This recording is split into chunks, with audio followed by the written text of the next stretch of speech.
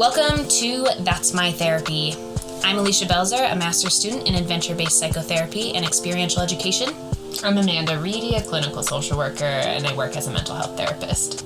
And this is what my voice sounds like. And this is what my voice sounds like. And if that's confusing, we get it. Understand. Yeah, you'll figure it out, or you'll do your best. We are sisters and mental health professionals who often spend our days discussing how we find connection, healing, and peace in the world. We believe therapy is a great tool for healing. However, we hope to demystify what healing can look like, as in our experience, humans are intuitive, creative, and determined when it comes to caring for themselves. Yeah, they naturally find resources outside of therapy to help them heal and grow. And each week we will get curious about therapeutic things that aren't traditional talk therapy. And we'll break down why those things might be working for you from a clinical lens. Because at the end of the day, there is no one way to do therapy. We come to this show, as a reminder, not as experts, but as fellow explorers of what really helps humans promote change and health. Let's get it.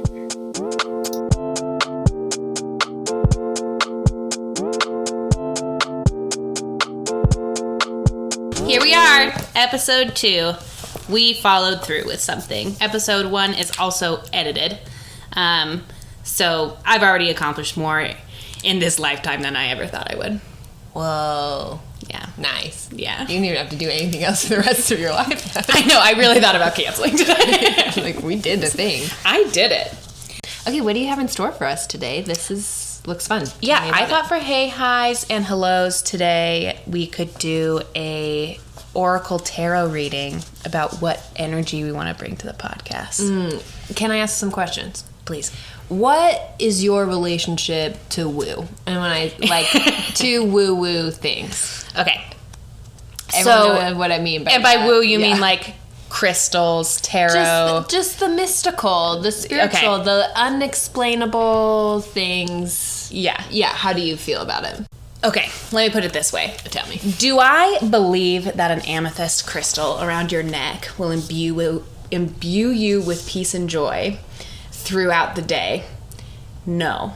Mm-hmm. Do I believe that putting an intention of peace and joy in any object and then choosing to wear that intention throughout the day, will that bring you peace and joy? I absolutely do think Exactly. that. Yeah. But if I believe that the crystal has the power, it will have the power. Exactly right. I think that's why like spirituality and religion work for so many people. So my whole life philosophy is the meaning of life is the idea that life has meaning. There's actually Chinese, I think specifically Taiwanese card deck that I use in my classes a lot called Shiji cards. Shiji stands for or means a significant moment. So when you look at these cards through the context of a question or an intention, you can find meaning in them. Right. Or find meaning in yourself through the card. Yeah. So it's just, that's what I think of woo, is they are tools to engage a connection with the self that you might have not been able to tap into otherwise. And when does woo go too far for you? Or when do you find it's not helpful? I would say it's when you take yourself out of the equation is when I don't find the woo to be helpful. Or am I using crystals to avoid, I don't know, going to, maybe you do need therapy. Maybe, am I using crystals instead of therapy? Right. Yeah. Turns out you're anxious because of deep childhood trauma with your mother, not because you're a Virgo. Yeah. So if you're like, oh no, I'm just like a dick because I'm an Aries, it's like, no, something's happening, and address what's underneath there. Exactly. I think with anything that you're using to inform your life, your choices, your emotions, you have to be asking the questions, what does this mean for me? So we are, pro woo-woo. So we're here for it, and we're also here for other things. Other helpful things, like things that are scientifically as poorly as tangible. You did say that, there is some real point in there of the moment you devote yourself to one thing being the answer to your problems, right, is not going to lead to wholeness and fullness in life. Okay, so my question with this tarot is just like, what energy do we need to take into this podcast? And we already had a big disclaimer of, we give the meaning to these cards. Right. So, the meaning comes from within. It doesn't come from the cards. Yeah. So subconsciously, I'm not sure of the energy I do need to bring yet. And I'm going to hope that this tool will enlighten something in my subconscious that says that would be helpful. Okay, so we've got a beautiful deck of cards, and then maybe just explain kind of what you're doing as we go. This is an auditory experience, so it's true. So I'll give you some ASMR here. Cards. Ooh, is that nice, or is that a fart? I loved it. Yeah. All right. So those are the high cards. Tide for me. There's a high tide. Ew. Do you want to go first? No, you touched the cards already. So yeah, I shuffled the cards. So the idea is that you shuffle the cards to kind of imbue them with your intention and energy. So as I'm shuffling, more ASMR. How's that, guys? Is that good? You like that? Okay. I don't like the comment. Yeah, I also have regrets. As I'm shuffling the cards, I'm asking the question. Ooh. And usually really feel it out. And usually you're supposed to just split the deck and take whatever's on top, but I like touch every card and kind of feel where it is. So it's in the first quarter here.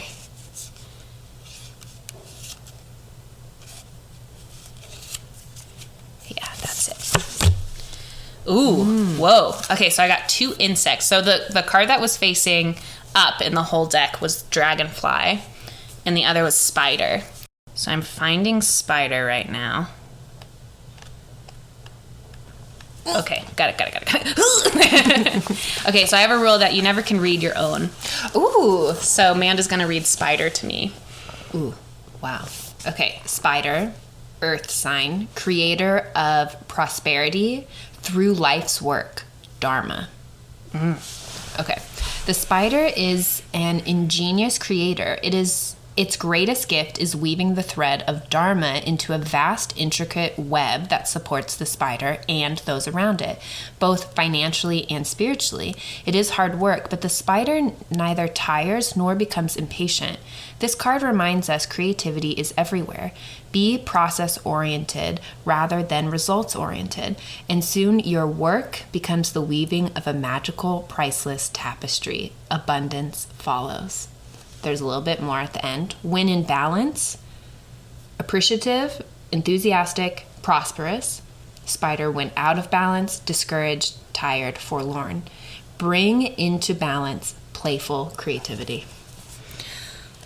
Whew. And sometimes the tarot deck just nails it. And I don't really have to give it meaning. Yeah. We'll talk about why this makes so much sense for us, because we have been talking nonstop about creativity. Yeah, I think there's so many things that I have wanted to do and have stopped myself by tricking myself into thinking it was silly or shameful or embarrassing to do these things. And yeah, just realizing that creativity is so good regardless of it if it has attention result. Or has if it is prosperous. So hearing this, I'm just saying, I think it's saying your goal to be creative and in community with the people you love most, my sister, is its own rewarding process. Yeah. And as long as I trust that process, any goal of this podcast becoming a thing, or making money on any of these silly side hustles, that may come after, but I have to trust this process first and enjoy it. Yeah, we are recording this with the assumption that not one goddamn soul is listening, Yeah. Except for maybe, like, my best friend Mimi will probably be tuning in. Mimi, shout out. Because she's, like, so supportive. But it's just, like, maybe her end of list. Yeah. We're, like, let's do it anyway because this is fun for us. Yeah. We're having fun and we're being creative and we're using our minds in ways that we haven't really been able to. So, that I've really, really resisted. And this feels like one of the most vulnerable things I've ever done. Oh, wow. I'm feeling pretty chill about it. I'm feeling much more chill than the last time. Do you know why? Because I've completely let go of all expectations. That's so great. Because I'm just hanging out with you and we're doing a thing and I don't care what the outcome is. Yeah. This feels like the abundance right here. Yeah. I'm in abundance right now. Thank you, Spider. That was a good one. And now let's find Dragonfly and see, like, that. Usually that's like the secondary message that, like, maybe you also need to consider. Okay. Do you want me to read this one too? Yes, please. Okay. Dragonfly, master of light, illusion, and the mind. The dragonfly is an ancient and ethereal creature that awakens a sense of wonder in awe. The dragonfly is a symbol of the mind as it is always moving, shifting, shimmering, and changing. When the dragonfly card appears, it is worth considering the quality of your mind and perception.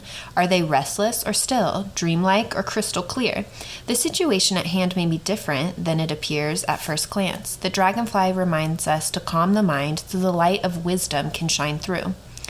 When in balance, sees clearly, joyful, magical. When out of balance, can't concentrate, busy mind. Bring into balance, focus on the breath. Another resolution this year I've had is to listen. And a lot of that is to try and quiet the squirrel brain that I have, which is just rapid thoughts and thinking. And I think I'm constantly seeking this feeling of peace and clarity. So I think the dragonfly is just a reminder, like, that this podcast can actually be like a peaceful thing, a thing that brings me clarity, an act of verbal journaling to do with you. And I love that word. Yeah. Verbal journaling? That's like just talking, but it sounds so much more than that. That's a wooey fucking word. I love it. Ooh, did you just invent that? Yeah. All right. Wow, that was good. Good read. Do you feel like that's good for now, or should I? I still want you to do Really? that. Okay. Yeah. Okay. So that did feel like ours, but it did. Yeah. The spider definitely felt like our reading. Yeah. But the dragonfly felt like it was for me. Oh. Yeah. It probably was. Because that's the power. Believing whatever you want to. If it felt like it was, it probably was. Assign the meaning. Yeah. Okay, so I'm just mixing up the cards a little bit. Okay, and I'm just gonna, like, do what you did and sort of feel through what feels right for me. Oh, she got a special one that's actually in the spirit category of the deck. I'm very excited about this. She got the cosmic egg. And it's like a snake wrapped around. If you watch this on our Patreon. We don't even have those. Yeah, it's a multicolored, like, rainbow egg, and then a small snake wrapped all the way around it. All right, cosmic egg, completion, harmony, the infinite within the finite. The cosmic egg is the final card in the journey of the animal spirit deck, and it represents the unfolding of cosmic consciousness.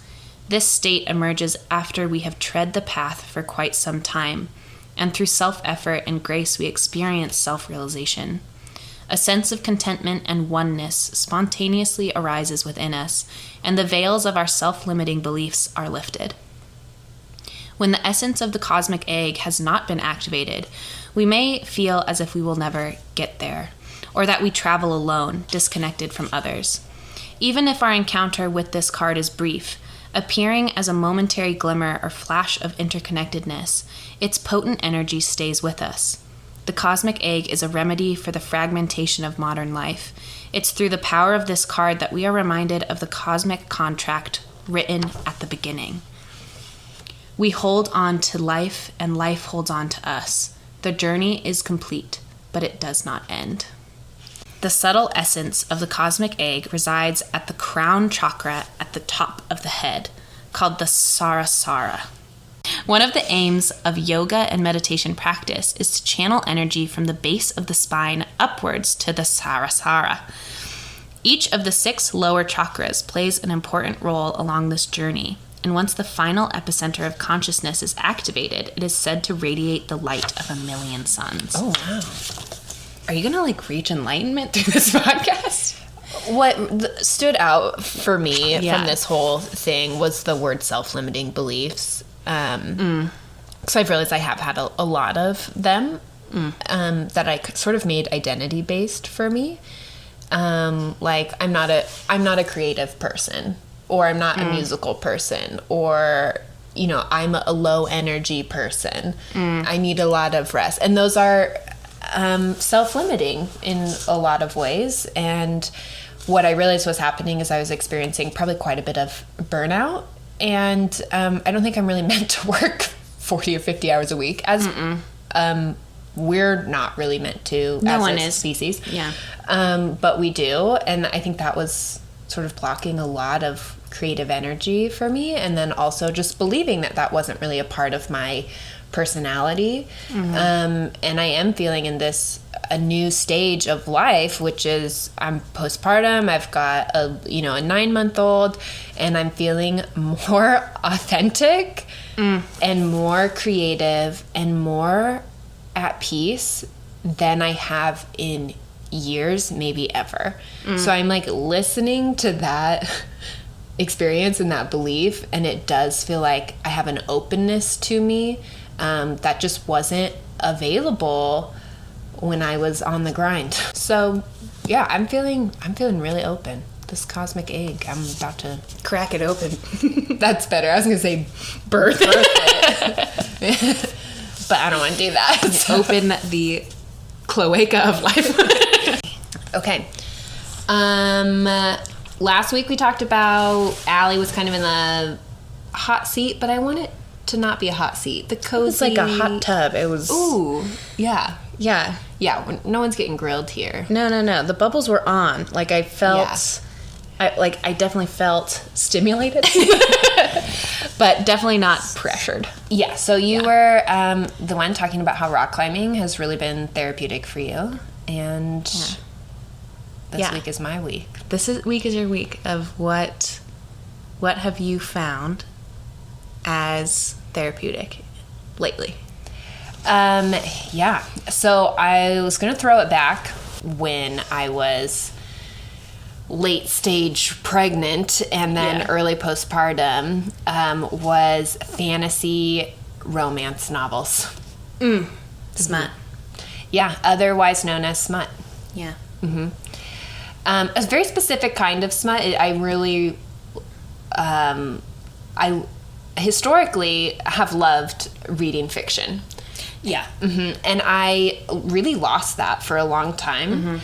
I am of the Harry Potter generation, and I've just always loved learning and being in books and like really embracing the characters and like picturing yourself in this world. And so sometimes fiction has been kind of escapism for me, which is it kind of, you read for like 8 hours and you're hunched over and you've realized you like haven't stood up or eaten or gone to the bathroom or drank water in 3 days.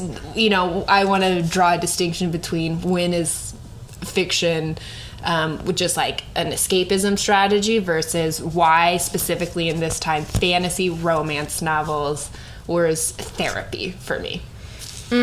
What immediately comes to mind when you say all those things? One, you mentioned reading fiction in childhood. And I do think like I resonate with the feeling of losing that desire to like read fiction, or like when you read now as adult women, I hear it called beach reads a lot. Where like they're silly, they're like page turners, they're like really emotionally rewarding, like get your serotonin going. And I think we call them beach reads because the idea is like you can only read these books on vacation, right? Because reading those books is rest and playful, and those things don't have a place in everyday life. Judged.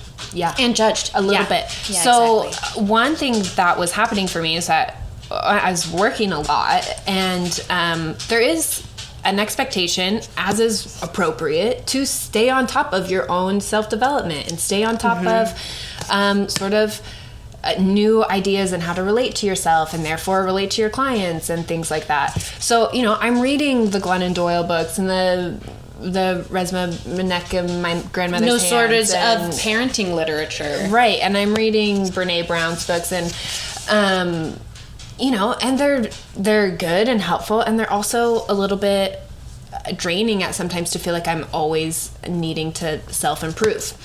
Yeah. So in pregnancy, I slept so terribly. It was just really hard to get good sleep. So I was really trying to prioritize rest and sleep. And I knew that for me, I could not work full-time and outside of the house and care for a little infant, because I already was doing that and not able to care for myself. So I knew I couldn't add an additional creature that needed my really care and attention. So I was like, I knew I was going to leave my community mental health job, which I was working full-time, and then I still had 1 day of private practice therapy. So I at 39 weeks pregnant, I left my job, and it was so much work to leave. It was so hard. I had clients that I'd been seeing for 3 years. It was really painful.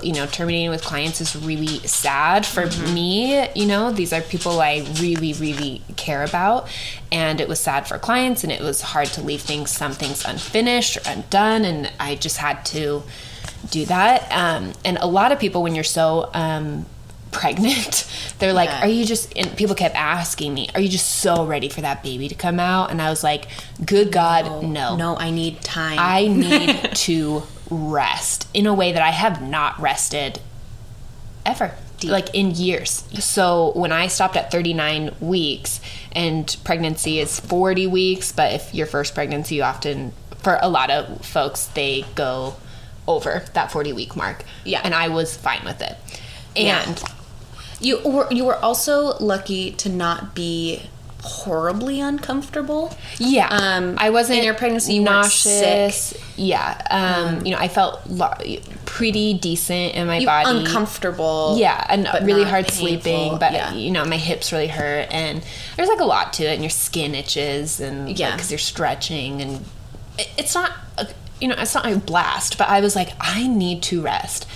And I think there is so much information which is telling about women in general. There are so many books that are just like trying to tell women to relax in a sense of like, you're worthy of rest. And I don't tend to have that problem, because I do inherently think I am worthy of rest.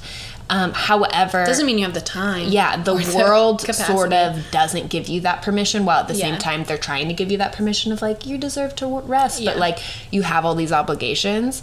And I didn't realize how nice it was when society demanded your only job before this baby arrives is to take care of yourself and to rest. Truly had permission. So much permission, and I was actually unbeholden to the obligation of work.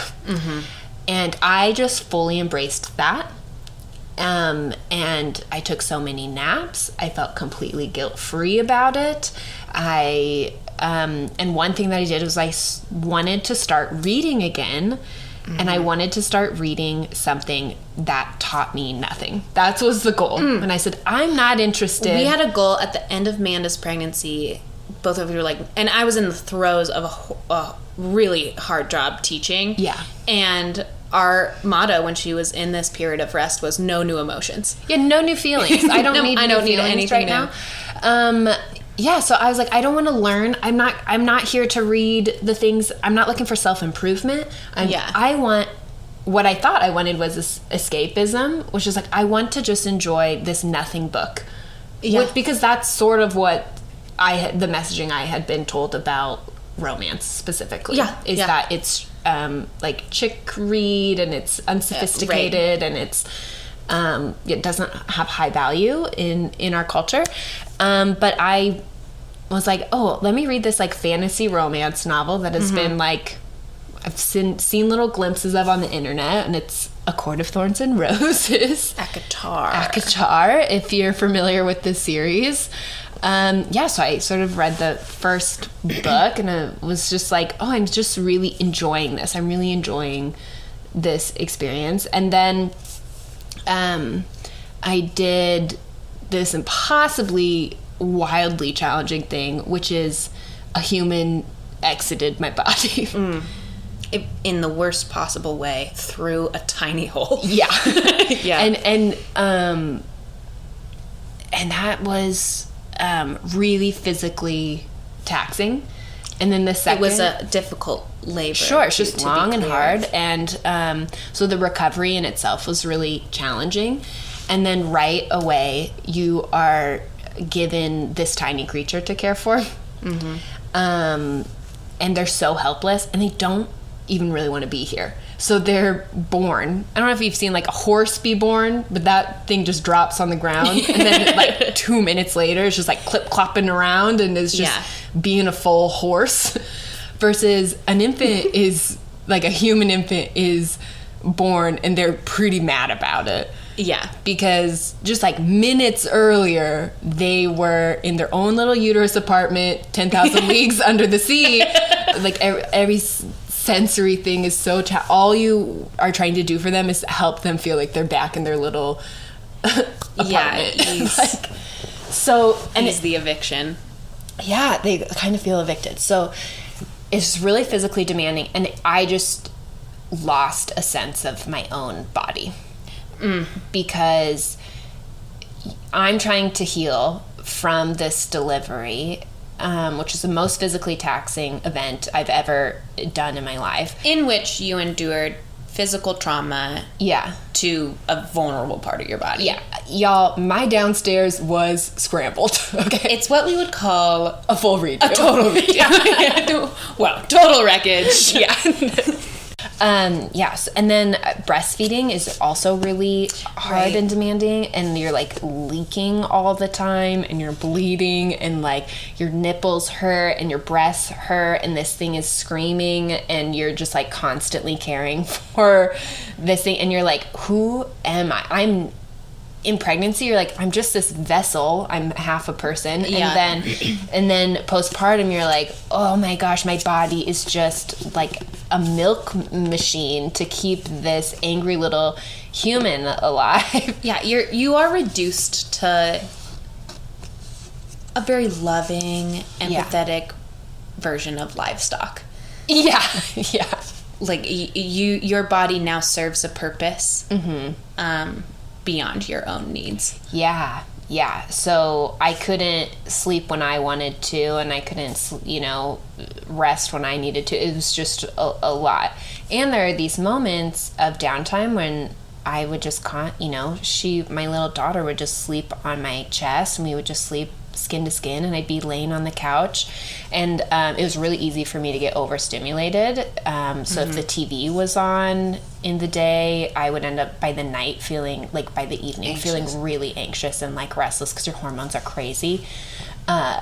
So they're not crazy, they're up and down. No, there's just a lot sporadic. Of yeah.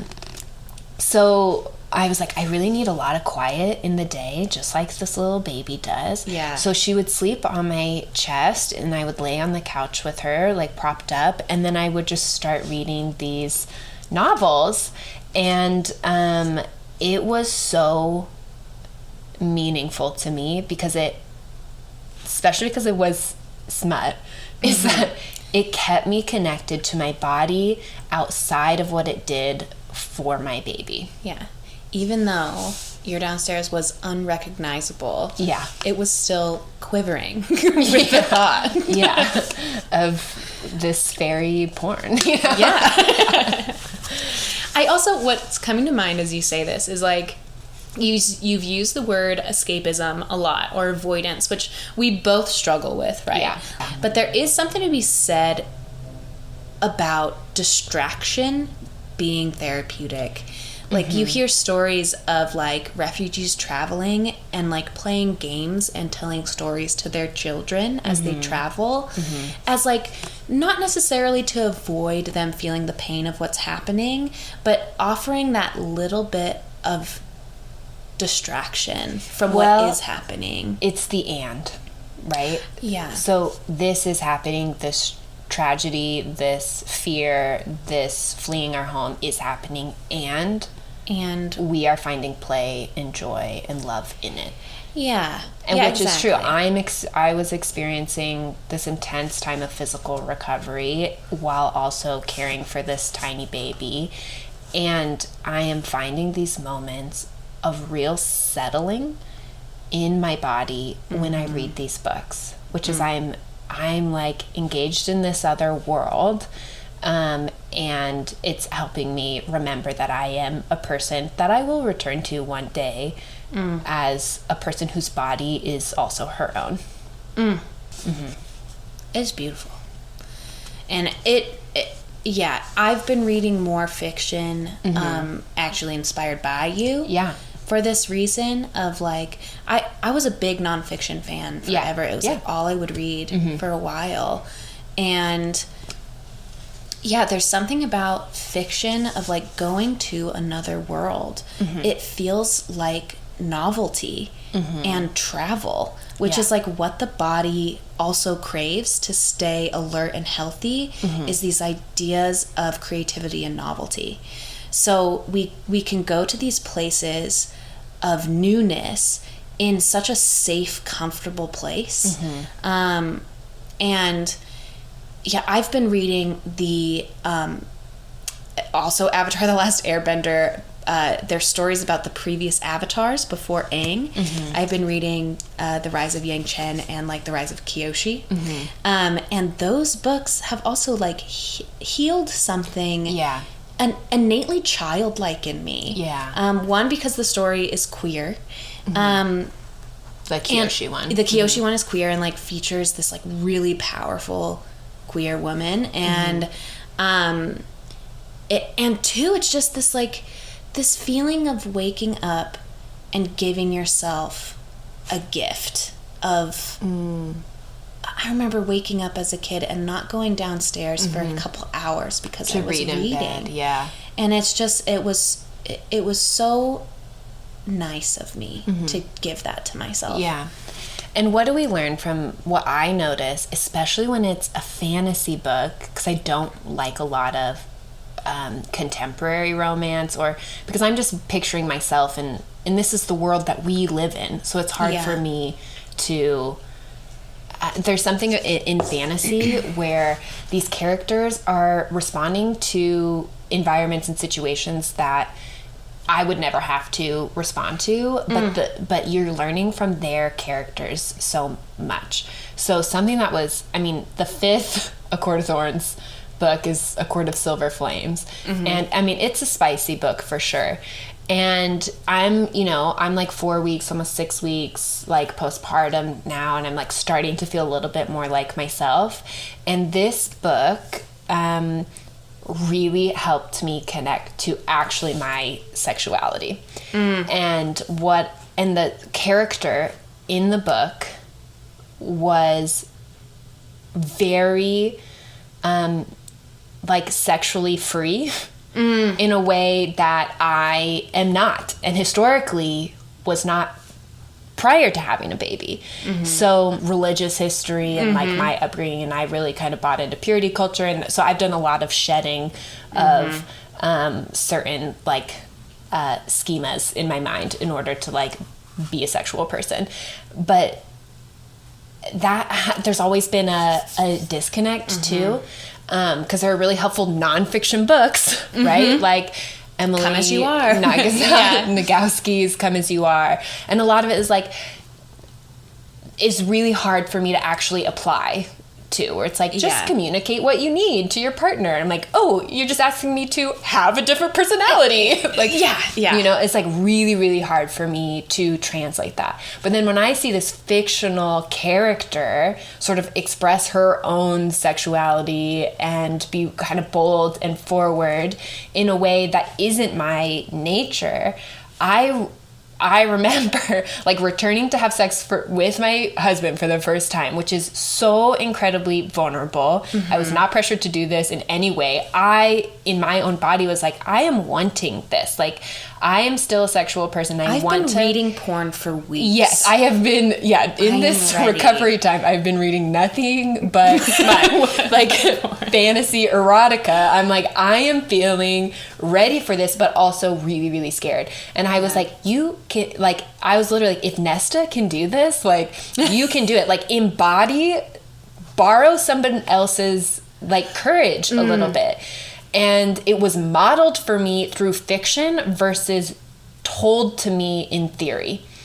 Sometimes when you borrow aspects of another person's personality, you can feel like you're being accused of being fake. Yeah. Or, not being true to yourself. Sure. When the reality is, like, part of us being social communicative creatures is that we share who we are with other people.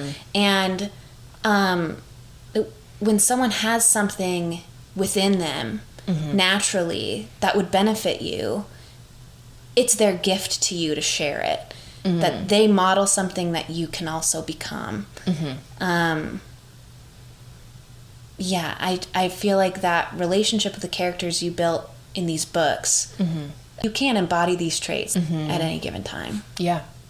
When I was working with children in therapy, I would do this art therapy activity where you picture a powerful ally, and the child can draw what this person might look like, and that can be from their own imagination, from literature, from TV. Like, who, if you're in this situation, whose energy would you want with you?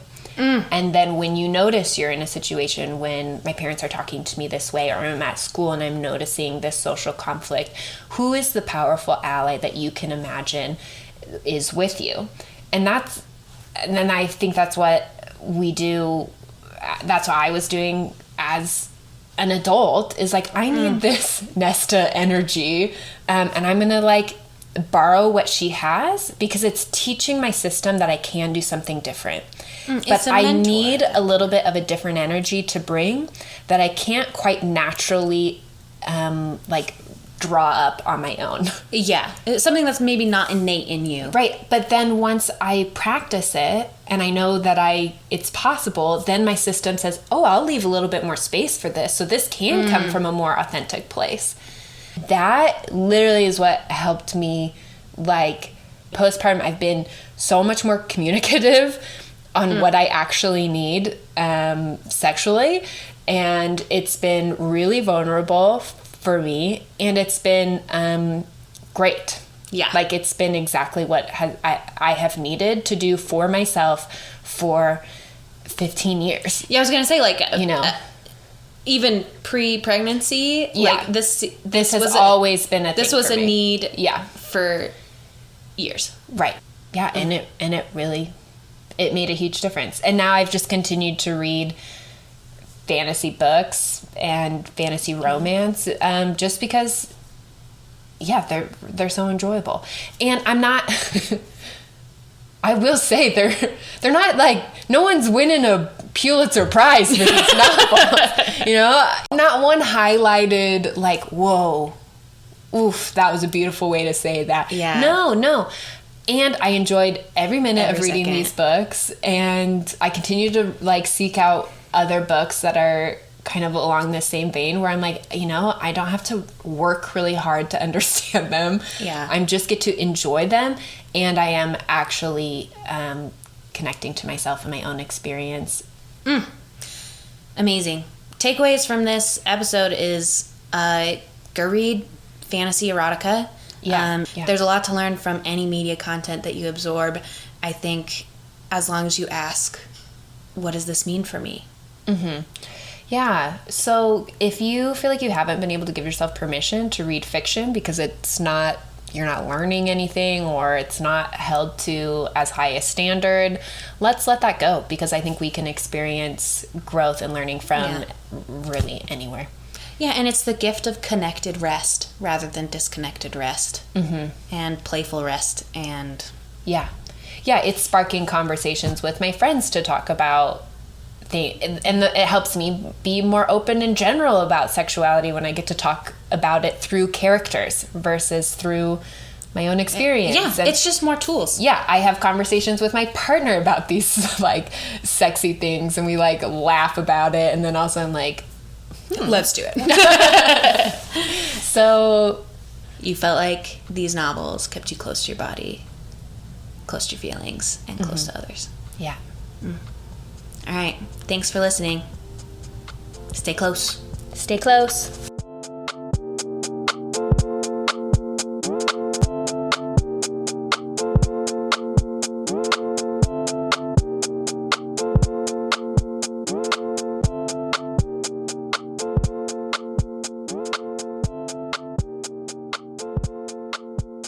If you are making decisions off of like who I'm gonna date or like who I'm gonna be friends with, or just saying, oh, this is because of their sign, then just like re-examine your choices. Okay? I'm gonna ask you to leave that shit at the door.